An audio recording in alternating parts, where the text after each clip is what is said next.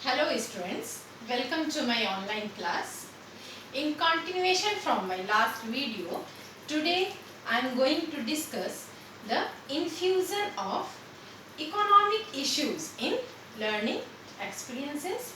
Last video में मैंने discuss किया था सोशियो कल्चरल इश्यूज का इन्फ्यूजन. आज हम पढ़ेंगे इकोनॉमिक इश्यूज को लर्निंग एक्सपीरियंसेस में कैसे इन्फ्यूज करके हम अपने करिकुलम को बेटर बना सकते हैं. There is no doubt that education in elementary and secondary schools is essential in preparing a citizen that can understand and cope with economic problems and issues. हम पहले पढ़ चुके हैं कि देश के भावी नागरिक को तैयार करने की प्रमुख जिम्मेदारी शिक्षकों पर होती है और शिक्षा के द्वारा हम बच्चों को अपने राष्ट्र निर्माण के लिए तैयार करते हैं.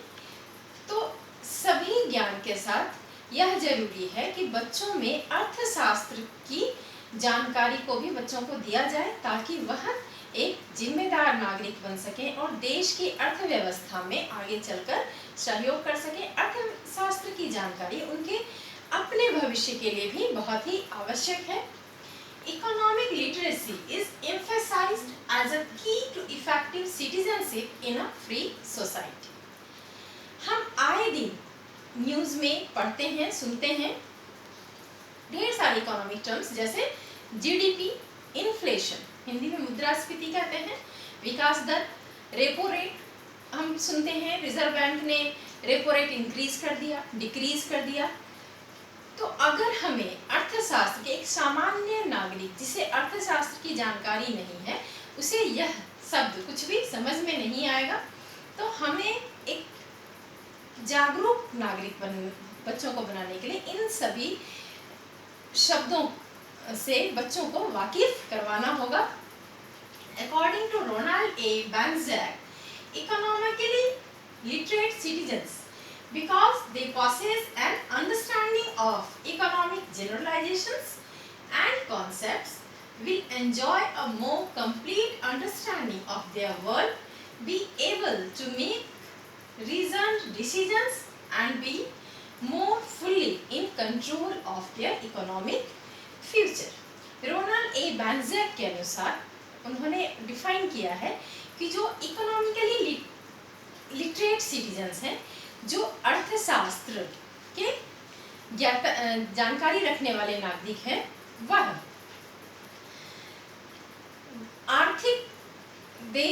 अपने आर्थिक मामलों की अच्छी समझ रखते हैं, उसके बारे में वह निर्णय लेने में सक्षम होते हैं और अपने भविष्य को आर्थिक रूप से सुरक्षित रख पाते हैं, देश की अर्थव्यवस्था में भी सहयोग करते हैं. क्योंकि सिर्फ पैसा कमाना, हम जीविकोपार्जन के लिए बच्चों को हम पढ़ाते हैं, शिक्षा का एक उद्देश्य अपनी जीविका कमाना भी है. तो उन पैसों की व्यवस्था, उन पैसों का सही इस्तेमाल, उनको बढ़ाना भी हमारे शिक्षा का ही एक अंग है. The goal of economic education is to foster in students the thinking skills and substantial economic knowledge necessary to become effective and participating citizens. जो अर्थशास्त्र की शिक्षा है, बच्चों में मुख्य रूप से उनकी चिंतन क्षमता, कौशल का विकास करती है और उनके अर्थशास्त्र के ज्ञान को बढ़ाती है ताकि वह एक जिम्मेदार नागरिक बन सके और देश के विकास में हर तरह से सहयोग कर सके. क्योंकि अगर अर्थव्यवस्था की जानकारी नहीं होगी तो हमारा डेवलपमेंट का एक पिलर अधूरा रह जाएगा. Economic literacy is an indispensable facet of general education for citizenship, so that the basic concepts of economics should be included in the whole curriculum. The common learning experiences required of all students for graduation from high school. जो हमने देखा, इससे हम इतना समझ गए हैं कि अर्थशास्त्र की जानकारी, बच्चों में अर्थशास्त्र का ज्ञान बहुत ही आवश्यक है। यह हमारे रोजमर्रा की जिंदगी में काम आने वाला नॉलेज है। इसीलिए अर्थशास्त्र का जो बेसिक कॉन्सेप्ट्स है, जो मूलभूत तथ्य हैं, उसके नीतियां हैं, इनका ज्ञान बच्चों के कोर करिकुलम मतलब पाठ्यचर्या में, मुख्य पाठ्यचर्या में शामिल करने की आवश्यकता है। वह विद्यालय से लेकर कॉलेज तक में जो हम अधिगम अनुभव डिजाइन करते हैं, उसमें इसको शामिल किया जाना बहुत ही आवश्यक है बच्चों के सर्वांगीण विकास के लिए। Separate courses in economics and infusion of content into other courses are two means of including economics in the curricula of elementary and secondary schools. Separate courses in economics are usually 1 year in duration and are offered in high school. अर्थशास्त्र को पाठ्यचर्या में शामिल करने के मुख्य रूप से दो तरीके हैं, दो दृष्टिकोण हैं। पहला कि हम अर्थशास्त्र को एक विषय के रूप में पढ़ाएं, जो कि मुख्यतः 1 साल के लिए माध्यमिक विद्यालय में शामिल किया जाता है। हम प्रत्येक कक्षा में इसे एक सेपरेट सब्जेक्ट के रूप में नहीं इंक्लूड कर सकते हैं, क्योंकि इसके बहुत सारे अलग फैक्टर भी होंगे कि हमारा करिकुलम जो है बहुत लोडेड हो जाएगा, बच्चों के ऊपर बोझ अत्यधिक बढ़ जाएगा। दूसरा तरीका है कि हमारी जो अन्य विषय हैं, जो हमारे पाठ्यचर्या के अन्य विषय हैं, उसके साथ हम इकोनॉमिक्स के नॉलेज को उसमें समाहित करके, उनके उस सब्जेक्ट्स में इन्फ्यूज करके हम बच्चों को दें इकोनॉमिक्स का knowledge. In contrast to the separate course approach, the infusion process integrates economic concepts into other courses through the curriculum such as history, geography and civics. अलग विषय के विपरीत हम इन्फ्यूजन में क्या देखते हैं कि हम जो इकोनॉमिक के कॉन्सेप्ट्स हैं इकोनॉमिक्स सब्जेक्ट के, उसको हम जो कोर करिकुलम के मेन सब्जेक्ट्स हैं, जो हम पढ़ाते हैं, मुख्य पाठ्यचर्या में शामिल है जो विषय, उसमें हम उस ज्ञान को समाहित करते हैं। जैसे कि हम बच्चों को सोशल स्टडीज़ में मुख्य रूप से इतिहास पढ़ाते हैं, भूगोल पढ़ाते हैं और नागरिक शास्त्र पढ़ाते हैं। तो इतिहास जब हम पढ़ाते हैं तो किसी भी वंश, किसी भी काल के बारे में जब बताते हैं तो हम उस काल की सभी जानकारी को उसके साथ जोड़ते हैं, जिसमें कि उस वक्त का आर्थिक परिप्रेक्ष्य भी उसमें शामिल होता है। उनकी अर्थव्यवस्था, उनके आय के स्रोत क्या थे, उनके नागरिक की आर्थिक स्थिति क्या थी। आप सबने पढ़ा होगा हिस्ट्री में, हम स्कूल में शुरू से ही हिस्ट्री में हम जब किसी का इतिहास पढ़ते हैं तो हम उसकी आर्थिक स्थिति भी का भी अध्ययन करते हैं। तो हम हिस्ट्री के साथ साथ इकोनॉमिक्स को भी हमें नॉलेज मिल गया। वैसे ही ज्योग्राफी, भूगोल में हम सभी जानते हैं, हम पर्यावरण के बारे में पढ़ते हैं, भौगोलिक स्थिति के बारे में पढ़ते हैं, तो हम इसको भी इकोनॉमिक्स के साथ जोड़ सकते हैं। मैं अपने, जैसे हमारा देश एक कृषि प्रधान देश है और हम सभी जानते हैं कि हमारी कृषि मानसून पर आधारित है। तो जब हम बच्चों को ज्योग्राफी में मानसून की जानकारी दें तो उसके प्रभाव को हम आर्थिक स्थिति से जोड़कर बता सकते हैं, क्योंकि अगर अच्छी मानसून होती है, अच्छी वर्षा होती है, तो हमारी फसल भी अच्छी तैयार होती है और हमारी अर्थव्यवस्था मजबूत होती है। वैसे ही अन्य भौगोलिक स्थिति का भी आर्थिक स्थिति पर प्रभाव पड़ता है। शिक्षक इसे ज्योग्राफी के साथ इन अर्थशास्त्र के ज्ञान को जोड़कर पढ़ा सकते हैं। वैसे ही नागरिक शास्त्र में भी हम कर सकते हैं। Infusion is the dominant means of including economics in the secondary school curriculum. जो माध्यमिक विद्यालय के पाठ्यचर्या में इन्फ्यूजन ही सर्वाधिक उपयोग में लाया जाने वाला दृष्टिकोण है। हम इसी माध्यम से अर्थशास्त्र का ज्ञान बच्चों को देते हैं।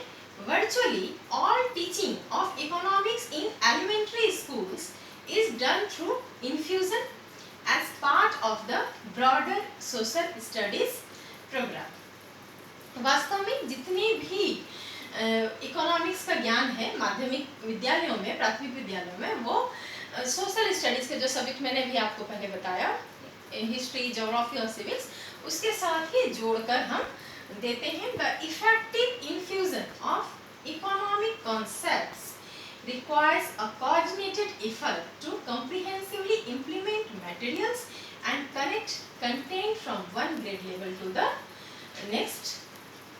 इसमें इसके प्रभावी रूप से इसको लागू करने के लिए एक सामंजस्य वाली योजना की जरूरत है कि बैलेंस्ड स्ट्रैटेजी की जरूरत है कि जो हमें मटेरियल देना है, जो कंटेंट है हमारा, वो एक श्रृंखला में हो, मतलब एक ज्ञान दूसरे ज्ञान से जुड़ा हुआ हो, और हम कक्षा हमारे ये प्लानिंग बहुत ही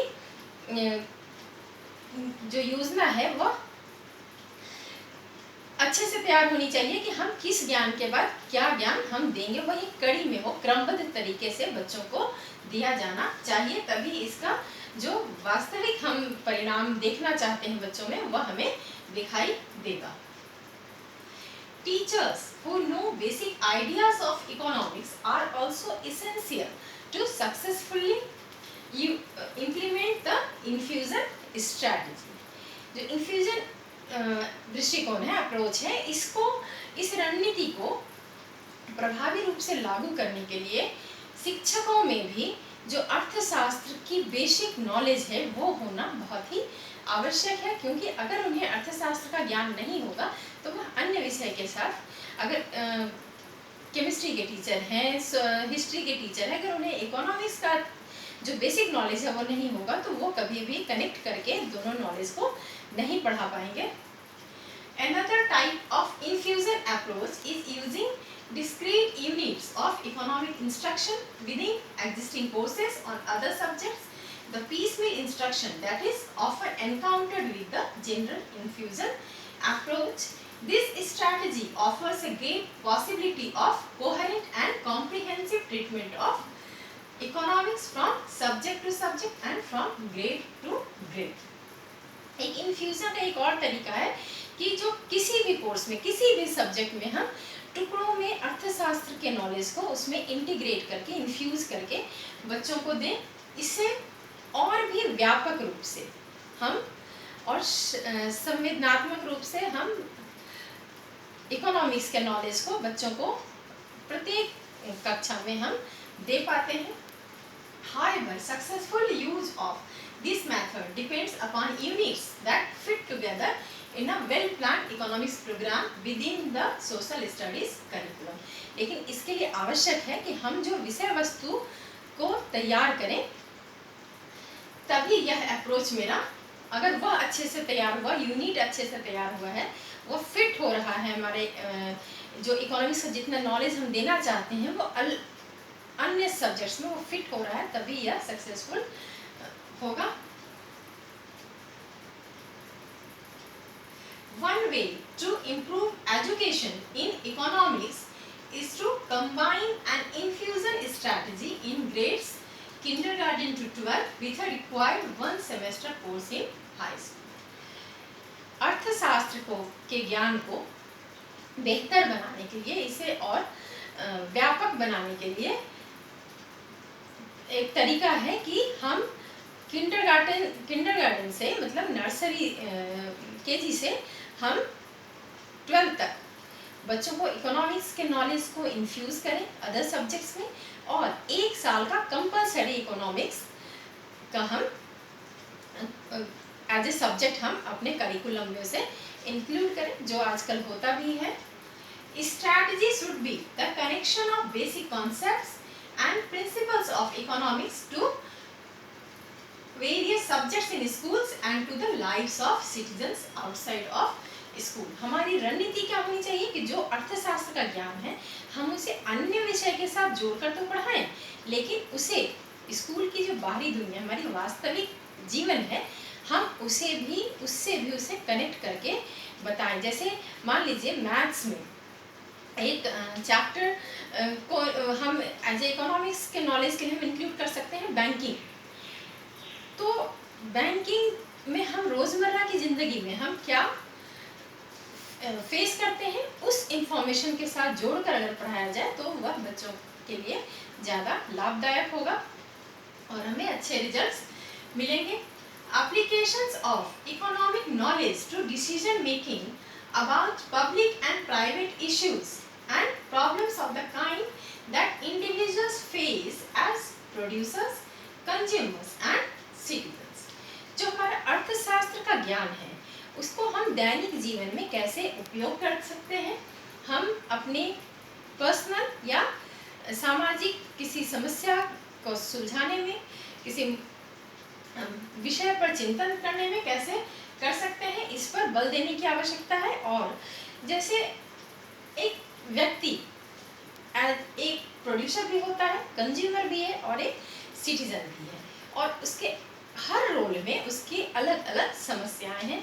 एज ए प्रोड्यूसर अगर मान लीजिए कोई महिला है, अपना गृह उद्योग स्थापित कर रही है या किसान है, तो अगर उन्हें अर्थशास्त्र का ज्ञान नहीं होगा तो वो जो फसल उगाते हैं तो उसमें उनकी कितनी पूंजी लगी,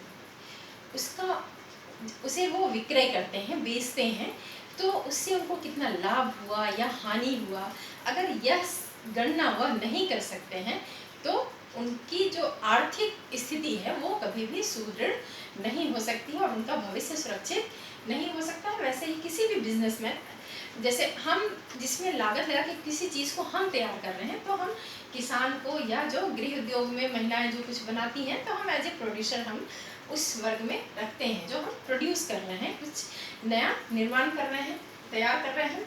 एज ए कंज्यूमर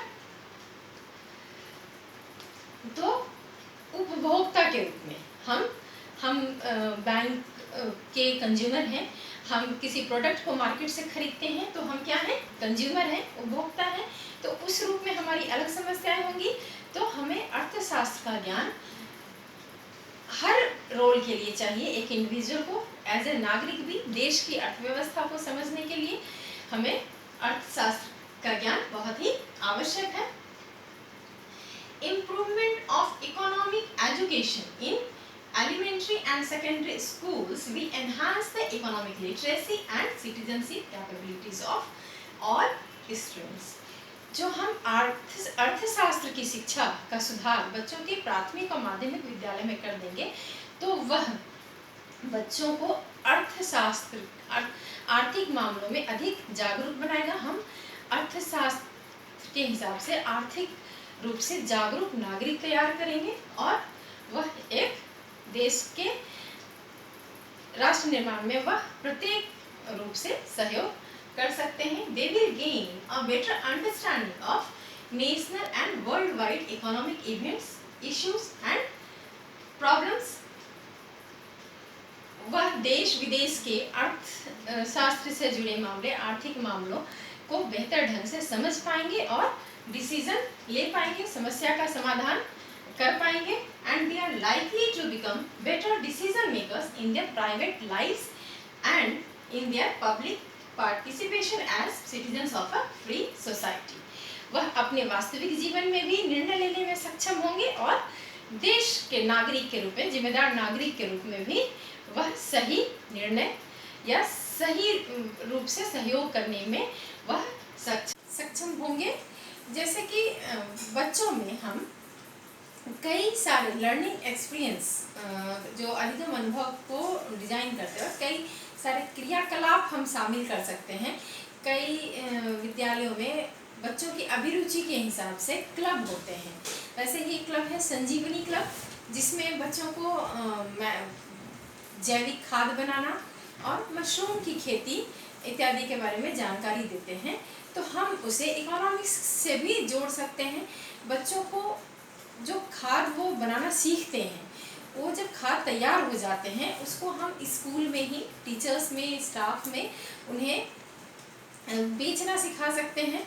उससे जो मशरूम है या बायोजैविक खाद है, जो जैविक खाद है, बायो फर्टिलाइज़र है, तो उससे उनके अंदर जो है अर्थशास्त्र की जो बेसिक नॉलेज है इकोनॉमिक्स की, वो डेवलप होगी और एक एंटरप्रेन्योरशिप का स्किल भी डेवलप होगा। कई सारे विद्यालयों में ऐसी क्रियाकलाप किया भी जाता है कि जैसे पेरेंट्स टीचर मीटिंग के लिए जब अभिभावक विद्यालय आते हैं तो बच्चे कोई ऐसे शरबत का स्टॉल या कोई छोटी छोटी गतिविधि जो अपने आप कर सकते हैं उसे बेचने का स्टॉल उनसे विद्यालय द्वारा लगाने के लिए कहा जाता है।